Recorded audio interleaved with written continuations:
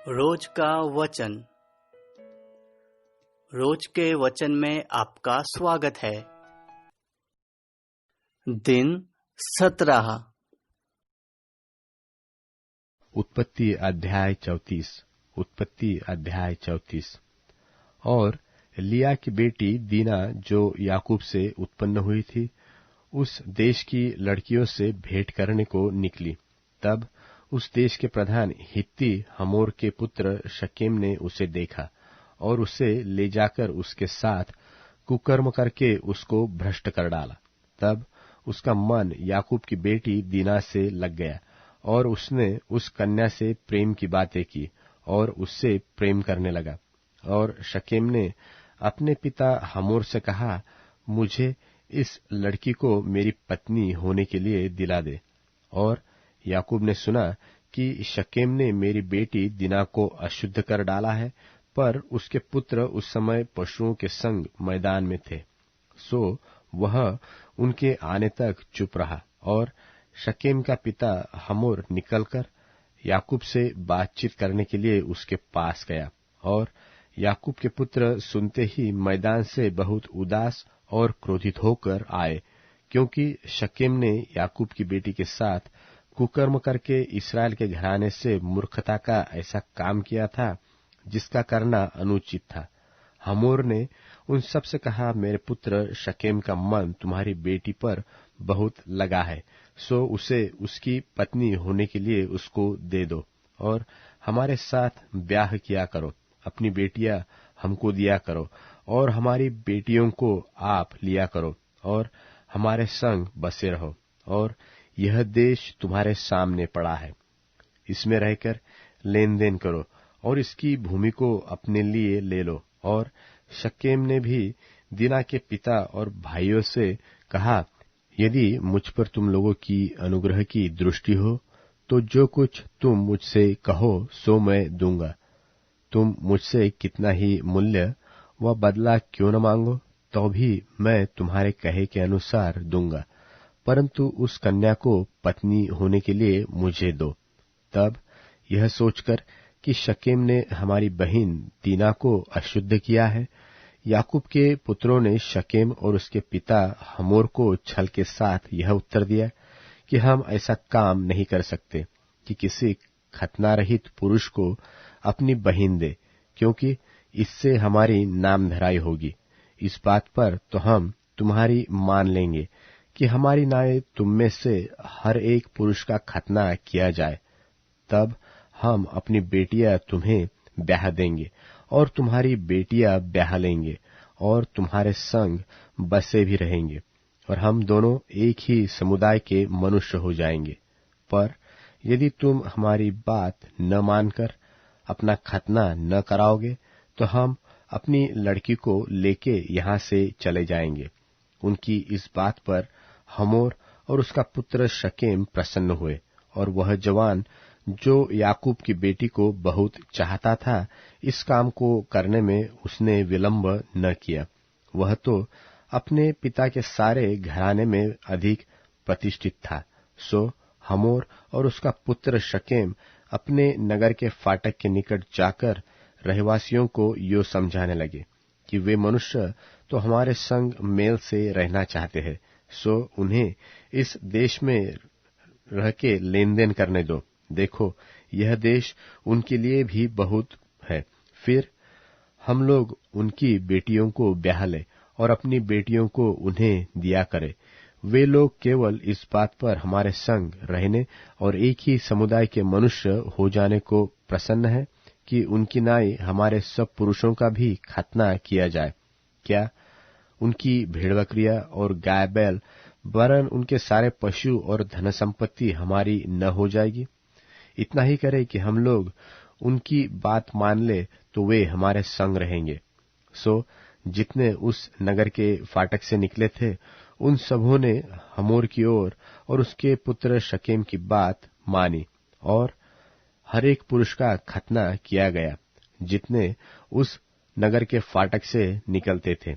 तीसरे दिन जब वे लोग पीड़ित पड़े थे, तब ऐसा हुआ कि शिमोन और लेवी नाम याकूब के दो पुत्रों ने, जो दीना के भाई थे, अपनी अपनी तलवार ले उस नगर में निधड़क घुसकर सब पुरुषों को घात किया, और हमोर और उसके पुत्र शकेम को उन्होंने तलवार से मार डाला, और दीना को शकेम के घर से निकाल ले गए।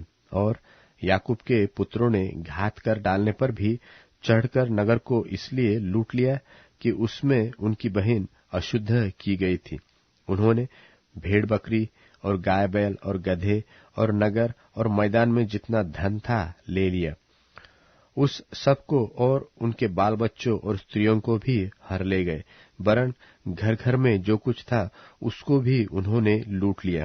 तब याकूब ने शिमोन और लेवी से कहा, तुमने जो इस देश के निवासी कनानियों और परिज्जियों के मन में मेरी ओर घृणा उत्पन्न कराई है, इससे तुमने मुझे संकट में डाला है, क्योंकि मेरे साथ तो थोड़े ही लोग हैं।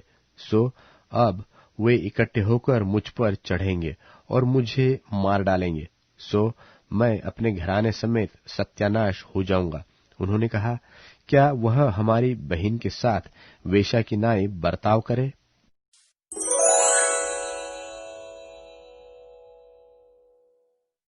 उत्पत्ति अध्याय 35।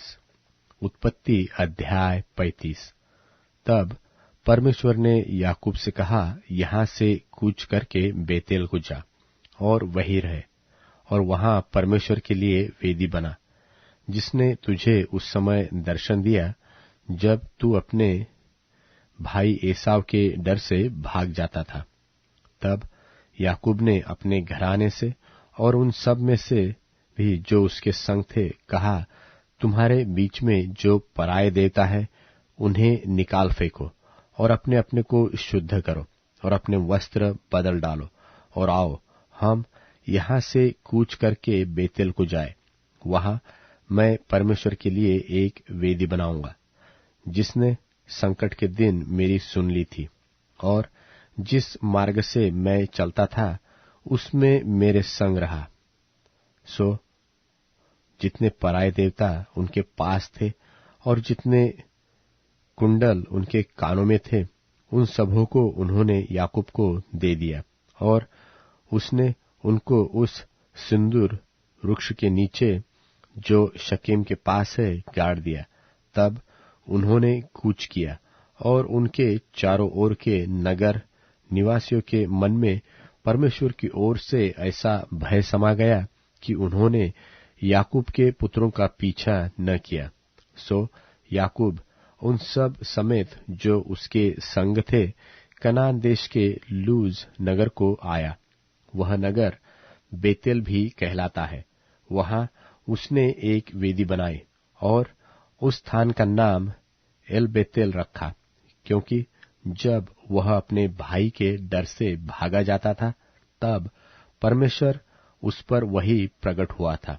और रिबका की दूध पिलाने वाली गाय दबोरा मर गई, और बेतेल के नीचे सिंदूर के वृक्ष के तले उसको मिट्टी दी गई, और उस सिंदूर वृक्ष का नाम अल्लोन बक्कुत रखा गया। फिर याकूब के पद्दनराम से आने के पश्चात परमेश्वर ने दूसरी बार उसको दर्शन देकर आशीष दी, और परमेश्वर ने उससे कहा, अब तक तो तेरा नाम याकूब रहा है, पर आगे को तेरा नाम याकूब न रहेगा, तू इस्राएल कहलाएगा। सो उसने उसका नाम इस्राएल रखा। फिर परमेश्वर ने उससे कहा, मैं सर्वशक्तिमान परमेश्वर हूँ, तू फूले फले और बढ़े, और तुझसे एक जाति वरन जातियों की एक मंडली भी उत्पन्न होगी, और तेरे वंश में राजा उत्पन्न होंगे। और जो देश मैंने इब्राहिम और इसहाक को दिया है वही देश तुझे देता हूँ, और तेरे पीछे तेरे वंश को भी दूंगा। तब परमेश्वर उस स्थान में जहाँ उसने याकूब से बातें की उसके पास से ऊपर चढ़ा, और जिस स्थान में परमेश्वर ने याकूब से बातें की वहां याकूब ने पत्थर का एक खंबा खड़ा किया और उस पर अर्ध देकर तेल डाल दिया, और जहां परमेश्वर ने याकूब से बातें की उस स्थान का नाम उसने बेतेल रखा। फिर उन्होंने बेतेल से कूच किया और एप्राता थोड़ी ही दूर रह गया था कि राहेल को बच्चा जन्म देने की बड़ी पीड़ा होने लगी। जब उसको बड़ी पीड़ा उठती थी तब धाय ने उससे कहा, मत डर, अब भी तेरे बेटा ही होगा। तब ऐसा हुआ कि वह मर गई और प्राण निकलते निकलते उसने एक बेटे का नाम बेनोनी रखा, पर उसके पिता ने उसका नाम बिन्यामीन रखा। यो राहेल मर गई और एप्राता अर्थात बेथलहेम के मार्ग में उसको मिट्टी दी गई और याकूब ने उसकी कब्र पर एक खंबा खड़ा किया। राहेल की कब्र का वही खंबा आज तक बना है। फिर इस्राएल ने कूच किया और एदेर नाम गुम्मट के आगे बढ़कर अपना तंबू खड़ा किया। जब इस्राएल उस देश में बसा था तब एक दिन ऐसा हुआ कि रूबेन ने जाकर अपने पिता की रखेली बिल्हा के साथ कुकर्म किया और यह बात इस्राएल को मालूम हो गई। याकूब के 12 पुत्र हुए। उनमें से लिया के पुत्र ये थे, अर्थात याकूब का जेठा रूबेन, फिर शिमोन, लेवी, यहूदा, इस्साकार और जबूलून। और राहेल के पुत्र ये थे, अर्थात यूसुफ और बिन्यामीन। और राहेल की लौंडी बिल्हा के पुत्र ये थे, अर्थात दान और नप्ताली। और लिया की लौंडी जिल्पा के पुत्र ये थे, अर्थात गाद और आशेर। याकूब के यही पुत्र हुए जो उसने पद्दनराम में उत्पन्न हुए। और याकूब ममरे में, जो करियत अर्बा अर्थात हेब्रोन है, जहां इब्राहिम और इसहाक परदेशी होकर रहे थे, अपने पिता इसहाक के पास आया।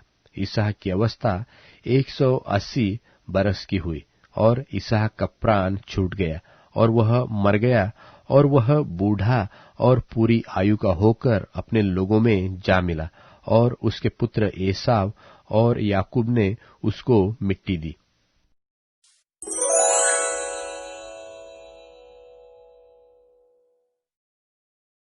जब लोगों से बातचीत कर ही रहे थे तभी उनकी मां जी और भाई बाहर ही खड़े हुए उनसे बातचीत का मौका ढूंढ रहे थे। किसी ने उनसे कहा, सुनिए, आपकी माँ जी और आपके भाई बाहर खड़े आपसे बातें करने के लिए रुके हैं। लेकिन यीशु ने उनसे कहा, मेरी माँ और मेरे भाई कौन हैं? अपने हाथों को अपने शिष्यों की तरफ बढ़ाते हुए यीशु ने कहा, ये है मेरी माताएं, ये है मेरे भाई। जो मेरे स्वर्गिक पिता की इच्छा को पूरा करता है वही मेरा भाई, बहन और माँ है।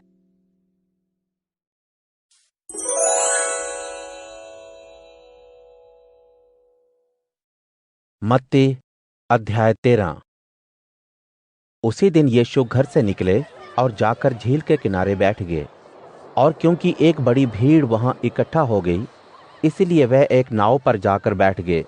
पूरी भीड़ तट पर ही खड़ी रही और यीशु दृष्टांत देकर उन्हें बहुत कुछ सिखाते हुए कहने लगे, एक बीज बोने वाला बीज बोने निकला। ऐसा करते समय कुछ बीज रास्ते के किनारे गिरे और चिड़ियों ने आकर उन्हें चुग लिया। कुछ पथरीली जमीन पर गिरे जहां ज्यादा मिट्टी नहीं थी और तुरंत उनके अंकुर निकल आए, क्योंकि वे मिट्टी की सतह ही पर थे। लेकिन जैसे ही धूप निकली वे जलने के कारण मुरझा गए, क्योंकि उन्होंने जड़ तो पकड़ी नहीं थी। कुछ झाड़ियों के बीच गिरे और झाड़ियों की बढ़त की वजह से वे बढ़ ना सके। लेकिन बाकी बीज अच्छी जमीन पर गिरे और फलवंत हो गए, कुछ 100 गुना, कुछ 60 गुना और कुछ 30 गुना फलवंत हो गए। जो सुनना चाहे वो सुने। शिष्यों ने आकर यीशु से पूछा, अब दृष्टांतों में उनसे क्यों बातें करते हैं? यीशु ने जवाब में कहा, इसलिए कि स्वर्ग के राज्य की छिपी बातों को समझने की योग्यता तुम में है, लेकिन ये योग्यता उन्हें नहीं दी गई है। क्योंकि जिसके पास है उसे दिया जाएगा और उसके पास भरपूरी से होगा, लेकिन जिसके पास नहीं है उससे वो भी ले लिया जाएगा जो उसके पास है। इसलिए मैं उनसे दृष्टांतों में बातें करता हूं, क्योंकि देखने के बावजूद वे अंधे बनते हैं, सुनने के बावजूद वे ना ही सुनते और ना समझते हैं। यशायाह नबी की वो भविष्यवाणी उनमें पूरी होती है जो कहता है, तुम सुनने के बावजूद समझोगे नहीं, तुम देखते तो रहोगे लेकिन समझ नहीं पाओगे, क्योंकि इन लोगों का मन मोटा हो गया है और ये कानों से ऊंचा सुनने लगे हैं। उन्होंने अपनी आंखों को बंद कर लिया है ताकि आंखों से देखने, कानों से सुनने और मन से समझ लेने पर उनमें बदलाव ना हो जाए और मुझसे मुक्ति ना पालें। लेकिन तुम्हारी आंखें आशीषित हैं क्योंकि वे देखती हैं, तुम्हारे कान आशीषित हैं क्योंकि वे सुनते हैं। मैं तुमसे सच सच कहता हूं कि बहुत से नबी और धर्मी उन बातों को देखना मांगते थे जो तुम देख रहे हो लेकिन देख ना सके, सुनना मांगते थे जो तुम सुन रहे हो लेकिन सुन ना सके।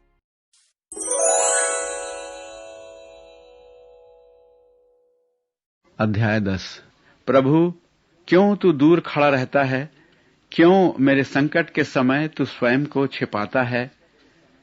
अहंकारवश दुर्जन पीड़ित मनुष्य का शिकार करते हैं। वे स्वयं उस षड्यंत्र में फंस जाएं जिसे उन्होंने रचा है। दुर्जन अपनी अभिलाषा की डींग मारता है। वह स्वयं की प्रशंसा करता पर प्रभु की निंदा करता है। अहंकारवश दुर्जन प्रभु को खोजता नहीं। उसका यह विचार है, परमेश्वर है ही नहीं। वह सदा अपने मार्ग पर फलता फूलता है। तेरे न्याय सिद्धांत उसकी दृष्टि से दूर शिखर पर हैं।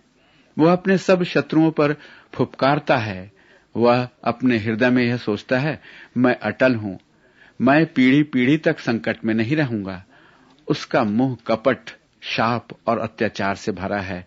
उसकी जीभ पर अनिष्ट और अपकार है। वह गांव में घात लगाकर बैठा रहता है।